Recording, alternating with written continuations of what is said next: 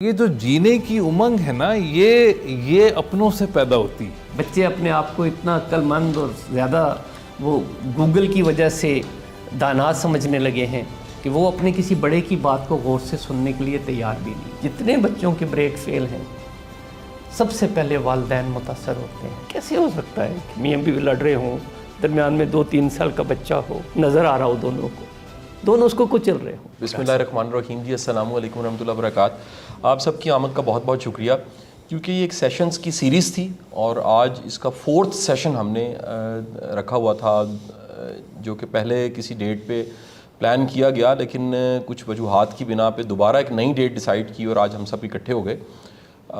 اس سے پہلے والے 3 سیشن اچھی بیوی کیسے بنا جا سکتا ہے، اچھا خاوند کیسے بنا جا سکتا ہے اور اچھا کپل کیسے بنا جا سکتا ہے، ایک میاں بیوی کا جو ریلیشن ہے، اس پہ تینوں سیشنز انٹرنیٹ پہ موجود ہیں اور وہ سب کے سب سیشنز ریکارڈ ہونے کے بعد جب انٹرنیٹ پہ گئے تو ہمیں حیران کن فیڈ بیک آیا، وہ لاکھوں لوگوں نے سنے جی، اور پتہ لگا کہ یہ ایک ایسا موضوع ہے جس پہ بہت کم کام ہو رہا ہے۔ اور چند دن پہلے جب یہ سٹیٹس کہیں پر ڈیٹا سامنے آیا کہ ودن 10 ڈیز صرف لاہور ہائی کورٹ کا ریکارڈ یہ تھا کہ 500 طلاقیں یا خلا رجسٹرڈ ہوئے ہیں اور بڑی تیزی کے ساتھ جو ہے یہ بڑھ رہا ہے معاملہ، تو ہمیں پتہ لگا کہ ہمارا جو کام ہے وہ شاید جو پرابلم ہے اس کے مقابلے میں آٹے کے نمک اور نمک کے آیوڈین کے برابر ہے، لیکن پھر بھی ایک کوشش ہے کہ ہم اپنے حصے کی شمع جلائیں، اور کیا پتہ ہماری بات چیت سن کے اور اس طرح کے سیشنز کو سن کے یہاں پر فزیکلی کو موجود یا انٹرنیٹ پہ سننے کے بعد کسی کے لیے کوئی خیر کا رستہ بن جائے۔ میں بغیر کسی تاخیر کے چاہوں گا کہ آج کی جو بات چیت ہے وہ جسٹس انوار صاحب یا پھر ڈاکٹر قمر صاحب یہ ڈیسائیڈ کر لیں۔ ڈاکٹر صاحب اسپیشلی کیونکہ کراچی سے آئے ہیں اور ہمارے مہمان اسپیکر بھی ہیں، ڈاکٹر صاحب کی جو ایکسپرٹیز ہیں وہ MBTI کی ہیں، بیسیکلی یہ پرسنالٹی ٹائپ کے ایکسپرٹس ہیں کہ ہر شخص جس ٹائپ میں اللہ تعالیٰ نے پیدا کیا ہے، کیونکہ ریسرچ یہ بتاتی ہے انسانوں کی 16 قسمیں ہیں، اور اس پہ ڈاکٹر صاحب کے زندگی کے کچھ 17 سال گزر گئے ہیں ریسرچ کرتے، پڑھتے پڑھاتے۔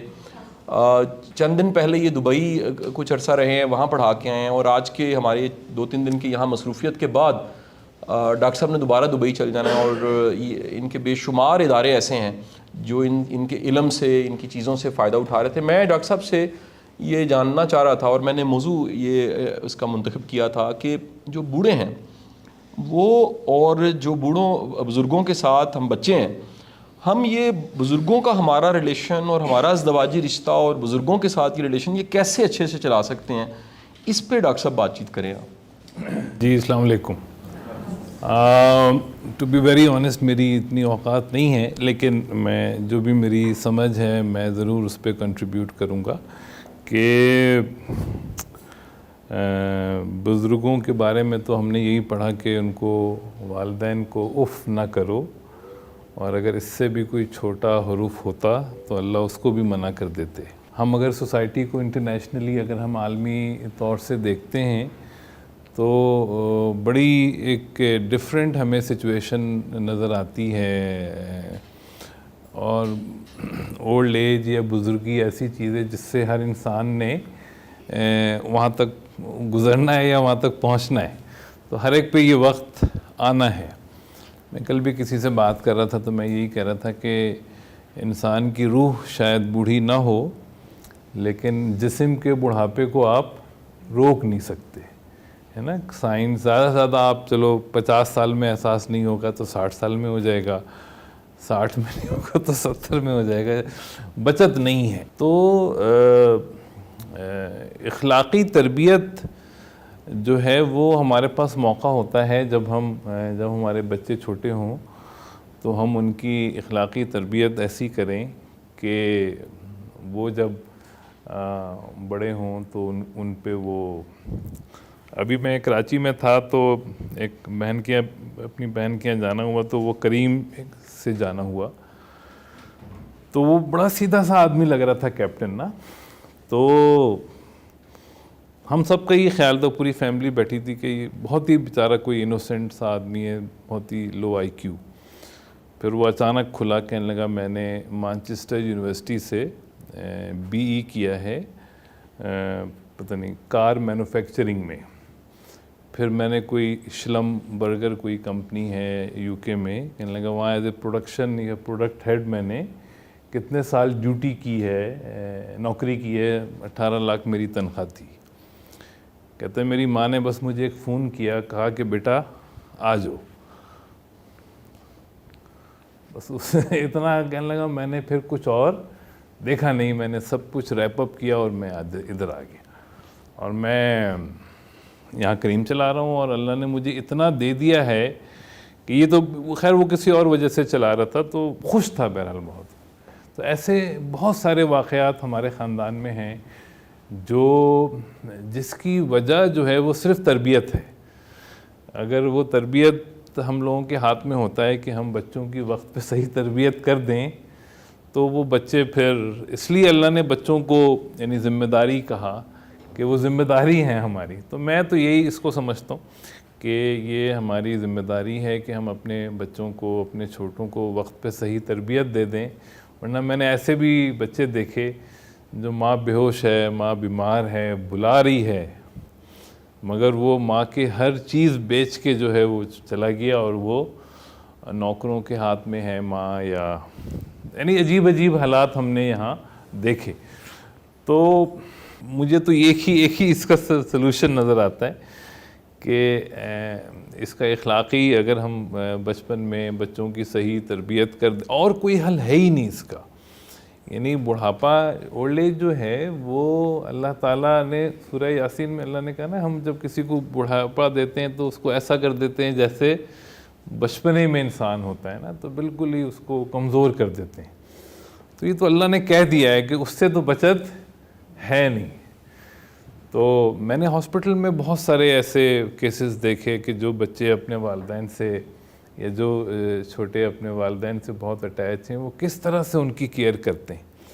لیکن جو نہیں ہے پھر وہ, تو یہ بڑا ایک اخلاقی پہلو ہے جو نظر انداز ہے اور نظر انداز ہوتا جا رہا ہے. تو اس کا حل سائنس میں نہیں ہے, اس کا حل سائنس میں نہیں ہے. اور یہ میری ایک اور آبزرویشن ہے کہ کرونا میں جو ویسٹرن ورلڈ میں زیادہ ڈیتھ ہوئی, یورپ میں یا امریکہ میں, وہ کرونا کی وجہ سے نہیں ہوئی, وہ ریلیشن شپ فیلئر کی وجہ سے ہوئی. کہ جو ضعیف لوگ تھے ان کو پورا اسٹیٹ ان کے لیے باپ بنا ہوا تھا. جو اسٹیٹ ہے, ان کی جو ہیلتھ کیئر سسٹم ہے, وہ ایک گھر کے سربراہ کی طرح ان کو پروٹیکشن دے رہا تھا. لیکن وہ بیٹے کی محبت نہیں دے سکتا, وہ بیٹی کی محبت نہیں دے سکتا نا, پوتا پوتی کی محبت اسٹیٹ نہیں دے سکتا آپ کو, پیسہ نہیں دے سکتا, سائنس نہیں دے سکتی. تو وہ لوگ نہیں سروائیو کر سکے. جبکہ جن لوگوں کو گھروں میں یہ چیزیں مل گئیں تو ان کے اندر جینے کی امنگ رہی, وہ کرونا ہو یا کچھ ہو وہ اس کو سروائیو کر گئے. تو یہ جو جینے کی امنگ ہے نا, یہ اپنوں سے پیدا ہوتی ہے نا. جو جن کے اپنے ہوں تو اپنوں کو بنا کے رکھنا, اپنوں سے بنا کے رکھنا, اپنوں کے ساتھ وقت گزارنا, اپنوں کی اہمیت بتانا, یہ کہتے ہیں کہ لمبی عمر کا سب سے بڑا پریڈکٹر یہی ہے.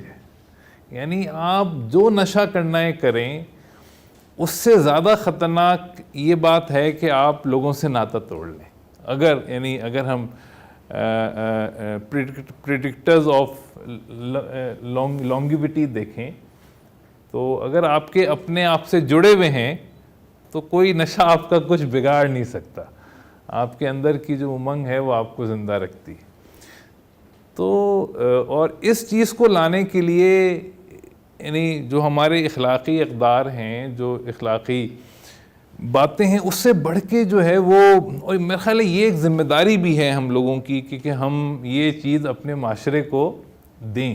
اور جن گھروں میں یہ اخلاقی اقدار زندہ ہیں وہ ایک نمونہ ہیں پوری دنیا کے لیے.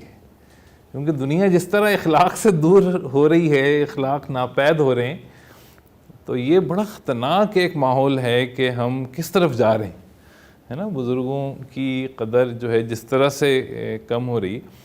لیکن میں یہ سمجھتا ہوں کہ یہ ہم ہی لوگوں کی ذمہ داری ہے کہ ہم بچوں کو جب تربیت کا وقت ہوتا ہے تو ہم ان کو اتنا زیادہ ان کی پڑھائی لکھائی تعلیم پہ زور دیتے ہیں کہ وہ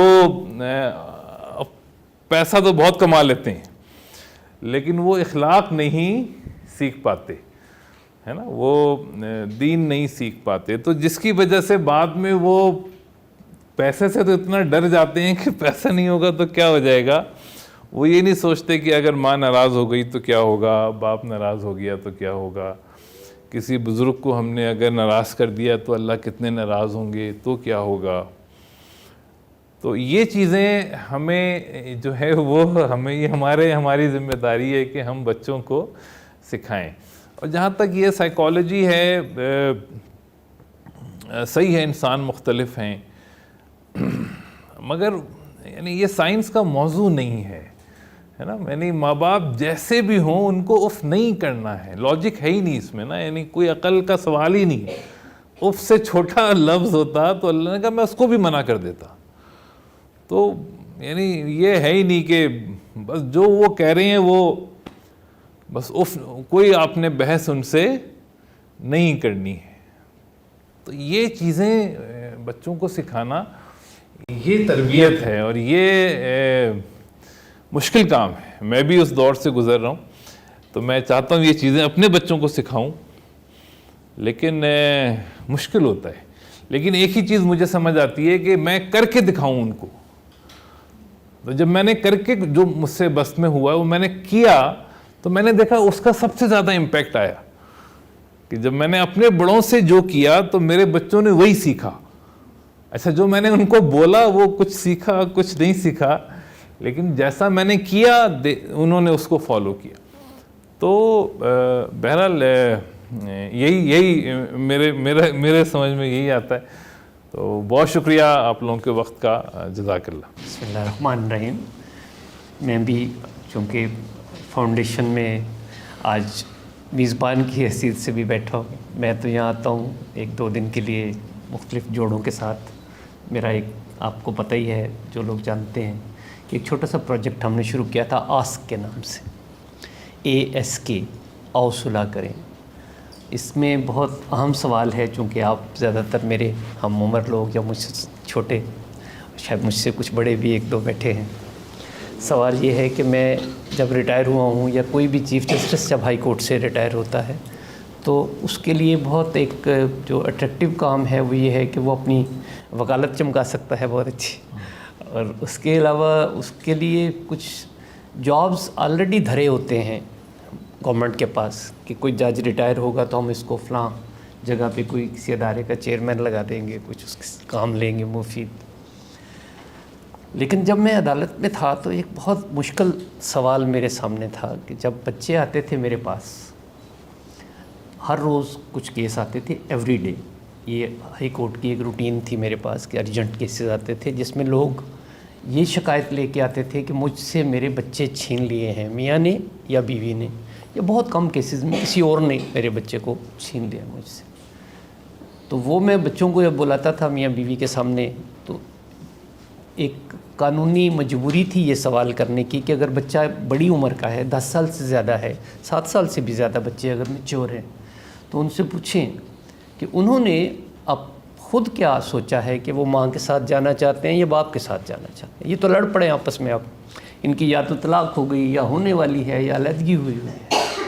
تو بچوں نے مجھے ایک بہت بڑی مشکل میں مبتلا کر دیا یہ کہہ کے کہ ہم دونوں کے ساتھ جانا چاہتے ہیں. آپ یقین کریں کہ یہ اگر آپ میری جگہ بیٹھے ہوتے وہاں پہ اس اوپر کرسی پہ اور ایک معصوم بچہ آپ کو یہ کہے، تو جج کے لیے پاکستان میں بڑی مجبوری ہے. جج ایک سسٹم کے تابع ہے، آپ جج کو اس فریم ورک سے باہر نہیں نکال سکتے. اگر جج کسی بچی سے یہ کہے ماں سے کہ بیٹا تم غلط کر رہی ہو، تو جج کو اپنی کرسی چھوڑ دینی چاہیے، وہ کیس چھوڑ دینا چاہیے، کیونکہ اس کے منہ سے بھی نکل جائے غلطی سے بھی تو اس بچی کو یہ احساس ہو سکتا ہے کہ جج صاحب میرے ساتھ ناراض ہو گئے. اور اگر میں خاوند سے کہوں کہ بھائی تم زیادتی کر رہے ہو، ایسے نہ کرو اپنے خاندان کے ساتھ، تو وہ بھی ایک تعصب کا اظہار ہوتا ہے. تو مجھے بطور جج اس سچویشن میں نے 9 سال اس کرب میں گزارے. پھر مجھے یہ احساس ہوا کہ یہ جو عدالتی نظام ہے یہ شاید لوگوں کو ہم انصاف اس طرح نہیں دے پا رہے، دے سکتے نہیں. سسٹم ہے ایک، یہ مستعار لیا ہوا ہے، انگلش سسٹم ہے ہمارا، انگریزوں کے زمانے سے ہمارا چل رہا ہے. جب وہ آئے وہ اپنا نظام ساتھ لے کے آئے. ہماری بدقسمتی ہے کہ ہم نے انہی کے ان جھوٹے برتنوں میں کھانا کھانا شروع کر دیا. ہم نے ان کو اچھی طرح سے دھویا بھی نہیں. ہمارے ہمسائے ملک نے کافی ساری اس میں ترامیم کی اپنے کلچر کے مطابق, اپنی ضرورت کے مطابق. ہم نے اتنی ترامیم بھی نہیں کی جو ضروری ہونی چاہیے. تو یہ تمہید اس لیے ہے کہ یہ ساری بات کو دیکھ کے اس بیک گراؤنڈ میں نے شاہ صاحب سے ایک محفل میں بات ہوئی تو میں نے کہا کہ ہمیں ایک مجبوری ہے پاکستان میں ہر بچی کی, ہر ماں کی, ہر باپ کی, پیرنٹس کی, کہ اگر خدا نہ خواستہ ان کے درمیان کوئی کلیش ہو جائے تو ان کے پاس کیا جگہ ہے جانے کی اپنی شکایت لے کے؟ صرف عدالت. ہم نے اپنا وہ جو فورم ابھی ڈاکٹر صاحب نے جیسے آپ کے سامنے ذکر کیا, وہ جو پرانا ہمارا بزرگوں کا فورم تھا, وہ جو ہماری پنچایت تھی, وہ جو ہمارے بڑوں کی بات تھی, اس کو ہم نے چھوڑ دیا. اب کوئی کسی کی بات نہیں سنتا. بچے اپنے آپ کو اتنا عقل مند اور زیادہ وہ گوگل کی وجہ سے دانا سمجھنے لگے ہیں کہ وہ اپنے کسی بڑے کی بات کو غور سے سننے کے لیے تیار بھی نہیں. میں نے بچپن میں جب میں اسکول میں پڑھتا تھا, جس طرح کے اسکول میں پڑھتا تھا, بہت غریبانہ سا اسکول تھا, تو میں نے اے سے زیڈ تک پڑھا تھا ABC کو. اب میرے بچے مذاق کرتے ہیں, وہ کہتے ہیں زیڈ نہ کہا کرو, زیڈ نہیں ہوتا انگریزی میں. میں ایچ کہتا ہوں, وہ کہتے ہیں ایچ بھی نہیں ہوتا, ایچ ہوتا ہے. تو یہ بچے جو ہیں اب وہ تھوڑے سے وہ اس لیول پہ آ گئے ہیں کہ انہوں نے اس بیریئر کو توڑ دیا ہے کہ جو میں نے ڈپٹی نذیر احمد کی کتابوں میں پڑھا, آپ لوگوں نے بھی پڑھا ہوگا, کلاسیکل لٹریچر میں اگر آپ جا کے دیکھیں, اب تو لٹریچر سے ہی دیکھ سکتے ہیں, یا میں نے اپنے نانا نانی کو, دادا دادی کو دیکھا ہے خوش قسمتی سے, میں نے اپنی پڑنانی کو بھی دیکھا ہے, ان کے ساتھ دوستی بھی کر کے دیکھی ہے, ماشاءاللہ بڑی لمبی عمر تھی ان کی. تو میں نے جو فیل کیا وہ یہ تھا کہ جو چھوٹا بچہ بات کرتا ہے تو وہ بڑے سے صرف التماس کرتا ہے. دوران زمانے میں التماس ہوتا تھا کہ چھوٹا ہے عمر میں التماس کرے, اور جو ہم عمر ہیں وہ بھی آپس میں ایک دوسرے کو ریکویسٹ اور التماس ہی کرتے تھے. لیکن جو بڑا کہتا تھا اس کو حکم کہتے تھے. بڑا ہے, اس نے حکم دے دیا, اب میں کیا کر سکتا ہوں. وہ والد ہیں, والدہ ہیں, بڑا بھائی ہے, ایون رشتہ دار ہیں, ماموں چچا ہیں, کہہ دیا انہوں نے, کہہ دیا. اب یہ بات رہی نہیں. تو اب یہ جو دقت محسوس کی میں نے کہ ہر بچے کو, ہر کپل کو جانا پڑتا ہے عدالت میں. اور پاکستان میں آج تک ہم نے فیملی کورٹ نہیں بنائی. آپ کے لیے دلچسپی کی بات ہوگی کہ 60s میں ہم نے قانون بنا دیا تھا فیملی کورٹ کا, لیکن ہم نے اس میں یہ لکھا کہ ابھی ہمارے پاس جلدی میں اتنے وسائل نہیں ہیں کہ ہم سیپریٹ فیملی کورٹس بنائیں بچوں کے ڈسپیوٹس کے لیے. ہمارے جو سول جج صاحبان کام کر رہے ہیں آلریڈی, ان کو ہم نے اختیار دے دیا ایک نوٹیفیکیشن کے ذریعے کہ وہ عارضی طور پہ ان کیسوں کو سنیں. تو آپ اندازہ لگا لیں 1960 سے آج تک وہی سن رہے ہیں, اور وہی جج ہمارا رینٹ کے کیس سنتا ہے, وہی جج ہمارا جو ہے وہ سارے فوجداری کرمنل کیس سنتا ہے, نارکوٹکس کے کیس بھی وہی سنتا ہے. اسی عدالت میں وہاں پہ بچے بیٹھے ہوتے ہیں. اور یہ جو بچوں کے خاص طور پہ ماں باپ کے درمیان ڈسپیوٹ ہوتا ہے, جس پہ ہماری زیادہ توجہ ہے, وہ اس کی جو طبعی عمر ہے, قانونی عمر, پاکستان کے جو آپ میں سے قانون جاننے والے لوگ ہیں کہ بچے کی کسٹڈی کا جو کیس ہے اس کی اپنی عمر 18 سال ہے. کیس کی عمر آپ نے 18 سال تک عدالت میں جانا ہوتا ہے اپنے بچے کے کیس کے لیے, ماں نے یا باپ نے یا دونوں نے. تو فورم ہے نہیں کوئی, کسی جگہ پہ آپ جا نہیں سکتے سوائے عدالت کے. اور عدالت جو ہے وہ, میں آپ کو 45 سال عدالتوں میں گزارنے کے بعد بار بار کہتا ہوں, اپنی ہر بات گفتگو میں کہتا ہوں, میرا یہ نچوڑ ہے اس میرے تجربے کا کہ عدالت آپ کے خانگی معاملات, فیملی میٹرز کے لیے ہرگز کوئی مناسب جگہ نہیں ہے, بلکہ وہ جگہ ہے ہی نہیں اس مقصد کے لیے. کوئی جج آپ کے معاملات کو نہیں سمجھ سکتا اس لیول پہ جس لیول پہ گھر کا کوئی بزرگ سمجھ سکتا. تو میں اپنی ساری اس تمہید کے بعد یہاں ڈائریکٹ آنا چاہ رہا ہوں کہ میں نے یہ تجربہ کیا کہ اگر میں عدالتوں میں جا کے ایک فولڈنگ میز لے لوں, ایک کرسی لے لوں, جا کے عدالتوں کے باہر بیٹھوں ریٹائرمنٹ کے بعد, اور لوگوں کو بلاؤں, انہیں کو یار یہ بچوں کو لے کے دھکے کھا رہے ہو, تو میں آپ کی بات سن کے تو میں آپ کا فیصلہ یہیں کر دیتا ہوں باہر بیٹھ کے. جو آپ نے اتنے سالوں میں فیصلہ کرنا ہے میں یہاں کر دوں, تو میرے اوپر ٹرسٹ کرو. تو یہ بات شاہ جی نے میری سن لی, تو انہوں نے کہا کہ نہیں, یہ آپ کا طریقہ جو ہے اس طرح تو یہ بہت انرجی آپ کی ویسٹ ہو جائے گی, اور آپ سے یہ ہوگا نہیں. کہاں کہاں جائیں گے آپ, کہاں کہاں بیٹھیں گے اور کیسے. تو میں اس کو آرگنائز کرتا ہوں. تو میں اپنی بھی اور میں سسٹم کی، پاکستان کی خوش قسمتی سمجھتا ہوں کہ ایسے محب وطن لوگ ہیں کہ انہوں نے مجھے یہ کہا کہ میں آپ کے لیے اس کو آرگنائز کروں گا. میں نے آگے سے، یہ ریکارڈڈ بات ہے، یا یہ ویڈیو ایک موجود ہے یوٹیوب پہ شاہ جی کے ساتھ، یہ میرا انٹرویو ریکارڈ کر رہے تھے ریٹائرمنٹ کے بعد. تو میں نے ان سے کہا کہ دیکھیں میں تو اس کام کو کروں گا بالکل مفت، اس میں کوئی پیسے نہیں ہوں گے. ویسے تو پوری دنیا میں اس وقت جو لوگ صلح کراتے ہیں میڈیٹرز کہتے ہیں. امریکہ میں، یورپ میں میڈیٹرز بہت مہنگے ہیں، وکلاء سے بھی مہنگے ہیں، کیونکہ وکیل سب پیسے لیتے ہیں، فیس لیتے ہیں، مقدمہ دائر کرتے ہیں اور کئی عرصے میں اس کا فیصلہ ہوتا ہے، کچھ بھی ہو سکتا ہے. میڈیٹر جو ہے وہ 2-4 دن میں فیصلہ کر دیتا ہے اور وہ فیصلہ دونوں کے لیے قابل قبول ہوتا ہے، تو اس لیے ان کی فیس بھی زیادہ ہوتی ہے. تو میں نے ان سے کہا جی میں تو یہ مفت کروں گا. تو انہوں نے بہت دھڑلے سے مجھے کہا کہ آپ مفت کریں گے تو ہم بھی مفت ہی کریں گے، ہم بھی کوئی پیسے نہیں لیں گے. تو آج اللہ کا شکر ہے کہ مجھے مایوسی نہیں ہوئی اس ساری بات سے، اور ایک ایسا سسٹم قاسم علی شاہ فاؤنڈیشن نے بنا دیا اپنے اخلاص کے ساتھ کہ جس میں اب آپ کے بچے آتے ہیں ہمارے پاس. آپ میں سے اکثر وہ ہوں گے کہ جن کے بچے جو ہیں وہ ہمارے پاس آئے ہیں اور جنہوں نے ہمارے ساتھ بیٹھ کے اپنا معاملہ بیان کیا ہے. طریقہ بڑا آسان ہے. ہم فاؤنڈیشن کی طرف سے ایک فارم ہے چھوٹا سا، اس کو فل کرنا ہوتا ہے، اپنا نمبر دینا ہوتا ہے اور بتانا ہوتا ہے کہ میرے ساتھ کوئی پرابلم ہے، میری شادی خراب ہو رہی ہے. بچے جو بڑے ہیں ہمارے میرڈ کپلز کے، ان کو بھی ہم نے اجازت دی ہوئی ہے کہ وہ بھی ہمیں لکھ سکتے ہیں ایک چھوٹا سا ای میل، اپنا نام لکھے بغیر صرف فون نمبر لکھ دیں اپنے پیرنٹس کا کہ ہمارے پیرنٹس کے جھگڑے کی وجہ سے ہماری زندگی خراب ہو رہی ہے. کیونکہ اس میں زندگی خراب ہوتی ہے بچوں کی زیادہ. یہاں پاکستانی سماج میں مجھے کہنا تو نہیں چاہیے آپ سب کے سامنے، لیکن ایک ریئلٹی ہے کہ یہاں شادیاں سب کی ہو جاتی ہیں، دوسری بھی ہو جاتی ہے، تیسری بھی ہو جاتی ہے. جو سفر کرتے ہیں وہ بچے کرتے ہیں. یہ بات میں آج سے کوئی 1 سال پہلے تقریباً ایک کیس میں نے ریئلائز کیا کہ میں خواہ بار بار یہ کہتا ہوں کہ میاں بیوی سفر کرتے ہیں اور بچے سفر کرتے ہیں. تو میں تو بہت بڑے مغالطے میں تھا.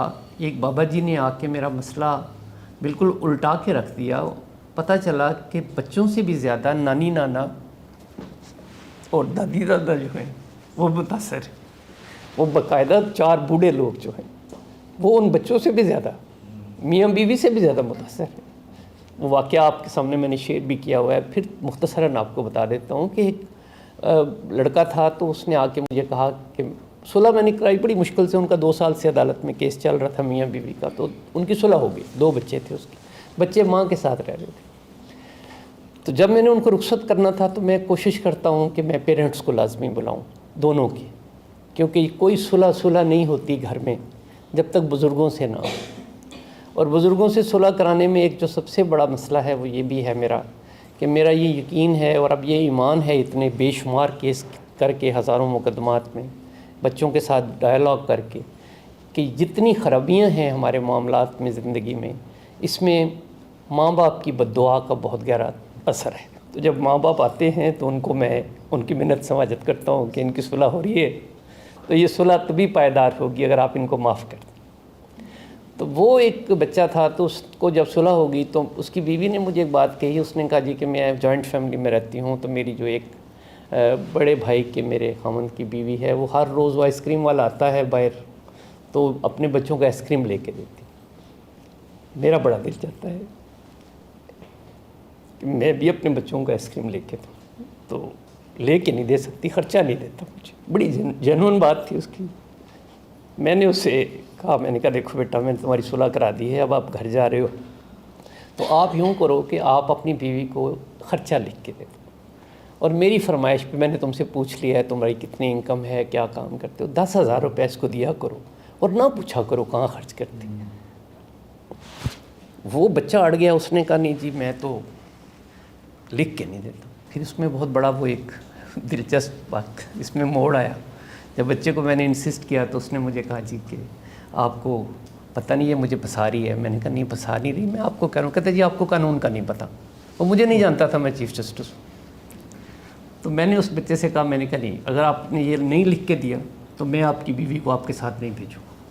یہ بڑی ناانصافی کی بات ہوگی. ایک جائز مطالبہ اگر آپ پورا نہیں کر سکتے اپنی بیوی کا تو اس کو مت لے جاؤ. تو وہ تھوڑی دیر کے بعد وہ اسی طرح اسی حالت میں وہ چلا گیا اٹھ کے ناراض ہو کے کہ نہیں لکھ کے تو نہیں میں دیتا. 2-4 دن کے بعد اس کے والد نے ہم سے رابطہ قائم کیا اور اس نے کہا کہ میرا بیٹا آیا تھا آپ کے پاس, اس نے بڑی بدتمیزی کی آپ سے, مجھے بڑا افسوس ہے, میں چاہتا ہوں کہ صلح ہو جائے ان کی اور میری بہو آ جائے گھر میں. تو میری پینشن ہے تھوڑی سی کچھ 7-7.5 ہزار روپے, تو آپ مجھ سے اسٹیمپ پیپر لگوا لیں, میں اپنی ساری پینشن ہر مہینے اس کو دے دیا کروں. مجھے یہ بات بڑی مشکل لگی کہ میں خود نانی نانا دادا اور نانا ہوں. میں نے کہا دیکھیں آپ بھی میری طرح پینشنر ہیں, آپ اپنی ساری پینشن لکھ کے دے دیں گے بہو کو, تو کل کو یہ بچے آپ کے ساتھ بدتمیزی کریں گے, آپ کے پاس کیا ہوگا؟ تھوڑا سے اتنے ذرا سے پیسے ہیں یہ, تو آپ یہ نہ کریں, آپ بیٹے کو سمجھائیں. اس نے کہا جی میں نے بڑا سمجھایا, وہ نہیں سمجھتا. تو میں نے کہا وہ نہیں سمجھتا تو پھر آپ اس کو کیوں انسسٹ کر کے لے کے جا رہے ہیں؟ تو اس نے مجھے بتایا کہ میری جو بیوی ہے وہ کینسر پیشنٹ ہے اور ڈاکٹر نے ہمیں یہ کہا ہے کہ یہ بچ سکتی ہے یا اس کی زندگی تھوڑی سی لمبی ہو سکتی ہے اگر آپ اس کے پوتے اور پوتی کو لے. ہم عدالت میں جاتے ہیں لیکن ہماری وہاں پہ ملاقات نہیں ہوتی بچوں سے, کیونکہ جیسا جب بلاتے ہیں تو وہ جان کے بچوں کو لاتی نہیں اس کی ماں. تو بیوی میری کو ہم لے کے جاتے ہیں اسٹریچر پہ ڈال کے, تو وہاں سے 2-3 دفعہ واپس آ گئے ہیں, بچے نہیں ملے. تو اب وہ بہت پریشان ہے ماں بیوی میری. مجھے بڑا ترس ہے, ظاہر ہے آپ بھی ہوتے میری جگہ تو آپ کے ساتھ بھی یہی ہوتا ہے جو میرے ساتھ ہوا ہے, جو اب بھی میرے ساتھ ہو رہا ہے. تو خیر میں نے ان کو بچی کو بلایا, وہ پہلے تیار تھی جانے کے لیے. تو وہ بابا جی نے کہا نہیں جی میری ذمہ داری ہے, آئندہ میں دھیان رکھوں گا, ہم سے بڑی کوتاہیاں ہوئی ہیں, بڑی غلطیاں ہوئی ہیں اس بچی کے بارے میں. ہم نے اس بچی کے بارے میں صحیح سمجھا نہیں, ہم نے اس کو بچی نہیں سمجھا, ہم نے اس کو بڑا سمجھا ہے, شادی شدہ عورت سمجھا ہے, یہ ہے چھوٹی سی بچی ہے. تو میں نے کہا آپ کو یہ فیلنگ جو آ جائے گی, اگر یہ فیلنگ سارے ساس سسر کو آ جائے کہ یہ چھوٹی سی بچی ہے, اپنی بیٹی کے بارے میں ہم سارے یہی سمجھتے ہیں کہ یہ معصوم سی پتہ نہیں کیسے جائے گی, وہاں جا کے اس کو انڈا بھی نہیں فرائی کرنا آئے گا, ساس سسر کیا کہیں گے, کھانے کیسے بنائے گی, گھر کے کام کیسے کرے گی. تو جو آنے والی بیٹی ہے اس کے بارے میں یہ سمجھنا کہ ایک بہت میچیور شادی شدہ عورت ہمارے گھر میں آ گئی ہے اور اب یہ سارے گھر کو سنبھال لے گی, تو یہ فیلنگ تو پہلے دن سے اگر آپ کو آ جاتی تو یہ نوبت ہی نہ آتی. یہ لوگ جو آج ہوئے ہیں, اور آپ نے ہمیں ایک نئی راستہ دکھایا ہے کہ یہ نانی نانا اور دادی دادا کتنے متاثر ہوتے ہیں اور ان کے لیے کتنا بڑا یہ ایشو ہے کہ وہ اپنے بچوں کے ساتھ جو ان کی اٹیچمنٹ ہے اس کا جو لیول ہے وہ کتنا ہائی ہے. تو آج کا یہ جو سیشن تھا یہ بالکل اسی ایک آدمی کی مہربانی سے اور اس بچے کی نالائکی سے جس نے مجھے یہ تانا دیا کہ آپ کو قانون کا نہیں پتہ, اس سے نکلی یہ بات ساری. اور میں نے پھر ایک چھوٹا سا ویڈیو میسیج بھی ریکارڈ کروایا جو فاؤنڈیشن کی ویب سائٹ پہ چلا کے ہمیں نانی نانا کو اور دادی دادا کو کانفیڈنس میں لیے بغیر ہم اس سسٹم کو شاید نہیں ٹھیک کر سکتے. یہ شادی والا نظام ہے, اس میں اگر ہم نے یہ سارا معاملہ بچوں کے ہاتھ میں دے دیا تو یہ مزید خراب ہوتا جائے گا. آپ کبھی بچوں کے ہاتھ میں نہیں دیتے. آپ نئی گاڑی لیتے ہیں, آپ ہمیشہ اوائڈ کرتے ہیں کہ بچے ابھی اس کو نہ چلائیں, پہلے اچھی طرح سے میچیور ڈرائیونگ سیکھ لیں. آپ یہ نوٹ نہیں کرتے کہ اگر آپ کو قیمتی سے قیمتی گاڑی دے دی جائے کسی کو اور اسے کہا جائے اس کے بریک نہیں ہے اور سامنے اس کے والدین اور بچے بیٹھے ہوں, اسے کچھ چلاؤ, وہ کبھی نہیں چلائے گا بندہ. ہم سب لوگ اپنے بریک فیل کر کے بیٹھے ہیں. گھر میں کیا ہے, آپ اپنی زندگیوں کو دیکھ لیں. آپ تو اس مرحلے سے کافی سارے آپ گزر گئے ہیں, لیکن ہے کیا معاملہ کہ آپس میں جب غصہ آتا ہے, تیش آتا ہے تو بریک نہیں لگتا بس. اور ایک خاوند نہیں مجھے ابھی تک ملا ماں سوائے چند ذہنی مریضوں کی کہ جس نے بیوی پہ ہاتھ اٹھایا اور پچھتایا نہ ہو. ایک آدمی نہیں ملا جس نے بیوی کو گالیاں دی ہوں, محلے والوں نے بھی سنی ہو اور اس کو شرمندگی نہ ہو. ایک بندہ نہیں میں جانتا جس نے اپنی بیوی پہ شاؤٹ کیا ہو اپنے بچوں کے سامنے اور بعد میں پچھتایا نہ ہو اکیلا بیٹھ کے کہ میں نے بچوں کے سامنے یہ کیا بکواس کی. اب میرے بچے جو ہیں یہاں سے کیا سیکھیں گے. تو یہ جو سارا ایک پورا سسٹم ہے, اس کے اندر ہمارا یہ جو بریک فیل کی جو میں بات کر رہا ہوں, اس پہ کبھی آپ غور کریں. یہ کام شاہ جی کا ہے. یہ لوگوں, میں بھی ان کے شاگرد ہوں, یقین کریں, ان سے سیکھتا ہوں جس طرح یہ بہت تفصیل کے ساتھ یہ ساری بات کو بیان کرتے ہیں. میں تو صرف آپ کو بیٹھا ہوں بتانے کے لیے کہ یہ جو آپ کے بچے میرے پاس آتے ہیں تو میرے ساتھ کیا ہوتا ہے اور میں کیسے ان کی صلح کراتا ہوں اور کیا سسٹم ہے یہ فاؤنڈیشن کے اندر کہ جس کے ساتھ ان بچوں کو الٹیمیٹلی صلح ہو جاتی ہے. کتنی بد نصیبی ہے کہ بے شمار بچوں کو میں نے دیکھا شادیاں ہوئی ہیں جن کو باقاعدہ نفسیاتی علاج معالجی کی ضرورت تھی، لیکن کویکس نے، عام لوگوں نے، اناڑی لوگوں نے، گاؤں کے لوگوں نے مشورہ دیا اس بچی کی شادی کر دیں ٹھیک ہو جائے گا۔ نہیں ہوتا۔ یہ سائیکیٹرسٹ بیٹھے ہیں میرے ساتھ، یہ ڈاکٹر بیٹھے ہیں ہماری سماجی نفسیات کے اور سماجی سائنس کے شاہ صاحب، یہ نہیں ہوتا، یہ الٹ ہے، یہ کاؤنٹر پروڈکٹیو ہے۔ کسی بچے کے بارے میں آپ کی یہ فیلنگ کہ اس کی بریک خراب ہے، یہ چڑھ دوڑتا ہے لوگوں پہ، یہ ماں کے اوپر چڑھ دوڑتا ہے، باپ پہ چڑھ دوڑتا ہے، اس کو غصے پہ کنٹرول نہیں ہوتا، اس کی شادی کرنے سے اس نے ٹھیک نہیں ہونا، اس نے ایک اور زندگی کو برباد کر دینا، اس نے ایسے بچوں کو جنم دینا ہے جن بچوں کے بریک فیل ہوں۔ کچھ بھی نہیں کرتے ہم، میں کوئی ماہر نفسیات نہیں ہوں، میں کوئی میرج کونسلر نہیں ہوں، میں نے کوئی دنیا کی کسی ادارے یونیورسٹی سے کوئی کورس نہیں کیا ہوا، لیکن آنے والے 100% بچے میری بات کو سن لیتے ہیں۔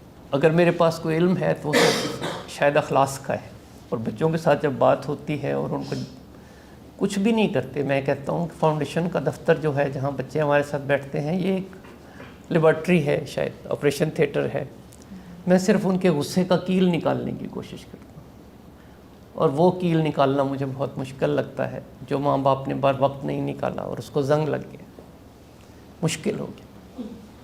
آپ کوئی ایسی کیل نہیں نکال سکتے، بعض اوقات پھنس جاتی ہے کہ جس کو بر وقت ہم نے اس کی آئلنگ نہیں کی ہو، اس کو ہم نے نکالنے کی کوشش نہیں کی ہو، تو وہ بچے آتے ہیں، چاہتے ہیں، آ کے کہتے ہیں مجھے کہ جی ہم شرمندہ ہوتے ہیں، ہم چاہتے ہیں ہمارا گھر بچ جائے۔ میں نے بچیوں کو طلاق لے کے عدالت میں روتے ہوئے دیکھا ہے، میری عدالت۔ میں کہتا تھا آپ کیوں رو رہی ہو، اب کیا مسئلہ ہے، اب تو تمہارے حق میں فیصلہ ہو گیا، طلاق ہوگی تمہیں جاؤ۔ تو پھر اسے سمجھ آتی تھی کہ وہ دراصل مقدمہ نہیں جیتی، زندگی ہار گئی۔ یہ ساری جو گفتگو ہے، یہ ساری باتیں ہیں، یہ ہم گھر میں کیوں نہیں کر سکتے؟ دیکھیے میں طور انسان جب دیکھوں کسی کو کہ وہ جس درخت پہ بیٹھا ہے، جس ٹہنی پہ، اسی کو کاٹ رہا ہے، ایسے گھر کو آگ لگا رہا ہے جس گھر کے اندر اس کی اولاد ہے، جس میں اس کی ماں باپ ہیں، آپ مجھے بتائیں کہ آپ میری جگہ ہوں تو آپ کی کیا کیفیت ہوگی؟ صرف پرابلم یہ ہے کہ آپ کو چیزوں کو دیکھنا اگر آپ سیکھ لیں، ہم دوسروں کے پرابلمز دیکھ سکتے ہیں، اپنے پرابلمز دیکھ نہیں پاتے۔ آپ اگر ہمدردی سے اور اخلاص سے اپنے ارد گرد دیکھنا شروع کریں تو آپ یقین کریں کہ آپ سب کے گھروں میں چھوٹا سا فاؤنڈیشن کا آفس بن جائے۔ آپ اپنے ہمسایوں کو، اپنے رشتہ داروں کو، اپنے بچوں کو بیٹھ کے صرف بتانا ہی تو ہے کہ اس کے نتائج کیا ہوں گے۔ مجھے بہت خوف آتا ہے، بہت رونا آتا ہے جب بچے میرے سامنے بیٹھ کے لڑ رہے ہوں اور دونوں معصوم ہوں، دونوں نہ لڑنا چاہتے ہوں۔ میں کسی میاں بیوی کو نہیں جانتا جو لڑنا چاہتے، ان کی انائیں لڑتی ہیں آپس میں، اور ان کو اس بات کا بالکل نہیں پتہ چلتا کہ ہم نہیں لڑ رہے، ہم گھر بچانا چاہتے ہیں۔ کیسے ہو سکتا ہے کہ میاں بیوی لڑ رہے ہوں، درمیان میں 2-3 سال کا بچہ ہو، نظر آ رہا ہو دونوں کو، دونوں اس کو کچل رہے ہوں، اور میں کہتا ہوں تم قیمے والی مشین میں بچوں کا قیمہ بنا رہے ہو اور محبت کا دعویٰ کرتے ہو بچوں سے، جھوٹ بولتے ہو۔ تو وہ کیا ہے وہ جو چیز ان کو اس طرف مائل کر دیتی ہے، راغب کر دیتی ہے؟ طلاق لے لیتے ہیں، بچیاں عدالت میں چلی جاتی ہیں خلا لینے۔ سب نے بتایا 10 دن میں 500 کیس عدالت میں فائل ہوئے ہیں۔ یہ بہت تھوڑی تعداد ہے، آپ کو معلوم نہیں ہے۔ 500 کیس نہیں ہوتے، یہ 5000 کیس ہوں گے طلاق کے۔ یہ 500 نہیں ہیں، 500 وہ ہیں جو بچیاں عدالت تک چلی گئی ہیں۔ چند بچیاں ہیں جو عدالت تک جا سکتی ہیں، بچیوں کو تو ہم جانے نہیں دیتے عدالت میں، محلے والے روک لیتے ہیں، مامے چاچے پھپھا روک لیتے ہیں، نہ بیٹا عدالت میں نہ جا۔ پھر بھی جو جاتی ہیں تھوڑی سی ہیں، اور ہزاروں کیس، لاکھوں کیس ہیں اس وقت طلاق کے پاکستان میں، لاکھوں میں ہیں، اور کوئی نہیں لینا چاہتا طلاق۔ جو جینون کیس ہیں طلاق والے وہ ہم طلاق کروا رہے ہیں۔ میں خود 10-12 کیسز میں یہاں بیٹھ کے طلاق کروا چکا ہوں کہ بیٹا آپ کو طلاق کر لینی چاہیے آپس میں، آپ کا آپس میں اللہ کے حدود میں آپ نہیں رہ سکتے۔ خوف ہوتا ہے کہ نقصان پہنچائیں گے ایک دوسرے کو، بچوں کا نقصان ہوگا۔ لیکن وہاں پہ کیا پرابلم ہے کہ وہاں پہ وہ بچیاں جن کا والی وارث کوئی نہیں ہے، وہ بیچاری طلاق لے کے کہاں جائے؟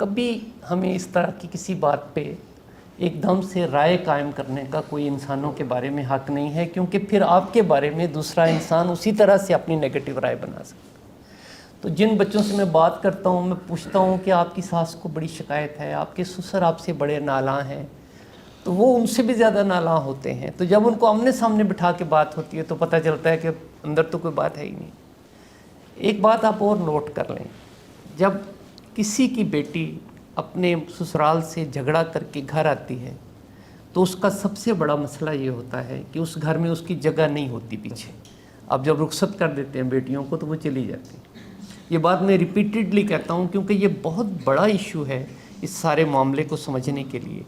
تو بیٹی جب گھر واپس آتی ہے، اگر ماں باپ زندہ ہیں تو کسی حد تک ٹھیک ہے، لیکن گھر میں بھابیاں آ گئی ہیں، ان کے بچے ہو گئے ہیں مینوائل، اب اس گھر میں اس کا کمرہ بھی نہیں ہے، اس کی کوئی چیز وہاں نہیں ہے اب، اور جن کے ماں باپ نہیں ہیں ان کے بھائیوں کے گھر ہیں، اور جن کے بھائی بھی نہیں ہیں وہ کسی ماموں کے یا پھپھا کے گھر چلی گئی، تو وہاں پہ اس کی جگہ نہیں ہے۔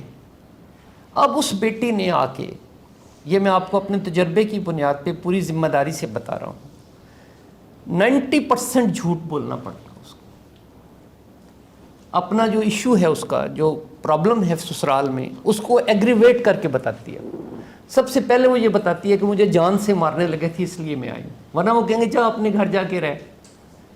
ماں باپ میرے پاس آئے ہیں جنہوں نے کہا جی آپ ہماری بیٹی کی صلح نہ کرائیں، وہ مار دیں گے سسرال والے اس کو، یہ تو جذباتی ہو گئی، یہ چلی جائے گی، آپ کو نہیں پتہ، یہ اس کو نہیں جانا چاہیے۔ میں نے کہا کیا ہوا؟ انہوں نے کہا جی مارنے لگے تھے اس کو، تب آئیے یہ گھر ہمارے۔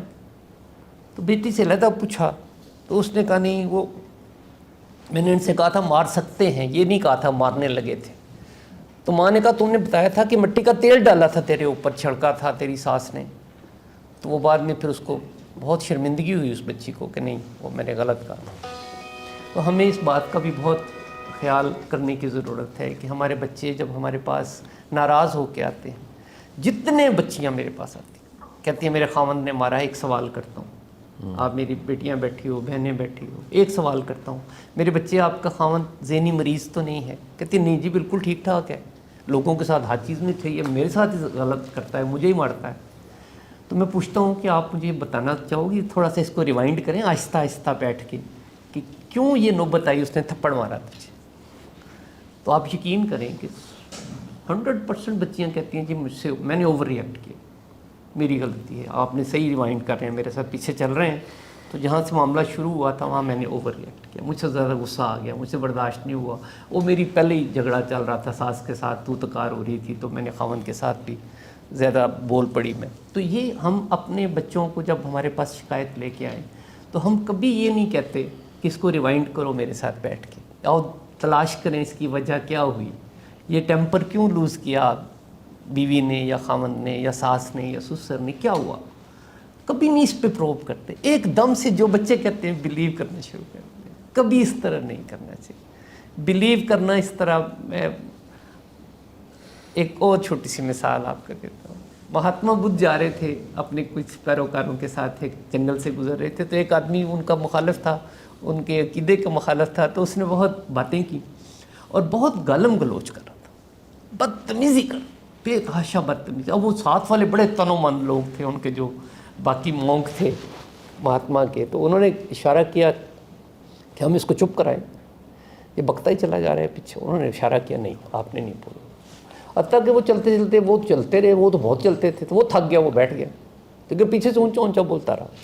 تو آگے جا کے مہاتما بدھ سے، یہ میں آپ سارے جو بزرگ ہو، میں آپ کے ساتھ یہ اس لیے شیئر کر رہا ہوں کہ اس کے اندر بہت بڑی حکمت ہے اس ساری بات میں، اور بہت امپورٹنٹ بات ہے اس کے اندر، آپ بہت توجہ سے سنیے اس کو۔ تو مہاتما بدھ نے کہا کہ انہوں نے کہا جی ہم اس کو چپ کرائیں، اس طرح تو لوگ ہمارے گلے پڑ جائیں گے، ہم کس طرح کا یہ آپ کے پیروکار ہیں کہ ہم آپ کی عزت کی حفاظت نہیں کر سکتے، اپنی عزت کو نہیں بچا سکتے، یا لوگوں کے ہم لیٹ جائیں بالکل۔ تو انہوں نے ان سے جواب دیا بدھا نے، انہوں نے کہا کہ دیکھو اس نے کیا کیا، انہوں نے کہا جی اس نے آپ کو گالیاں دی ہیں، بہت گند اچھالا ہے آپ پہ، اس نے آپ کے بارے میں بہت گندی باتیں کی ہیں، اس نے کچھ مجھے گالیاں دی ہیں، تو اگر وہ گالیوں کی بجائے مجھے پیسے دے رہا ہوتا، روپے دے رہا ہوتا، گالیاں نہ دے رہا ہوتا، اس کے ہاتھ میں پیسے ہوتے، وہ مجھے دے رہا ہوتا اور میں نہ لیتا، تو پیسے کہاں جاتے؟ انہوں نے کہا اس کے پاس رہتے. انہوں نے کہا وہ ساری گالیاں اور گند میں اس کے پاس چھوڑا ہے, میں نے نہیں لیا. آپ تجربہ کر کے اپنی زندگی میں دیکھ لیں.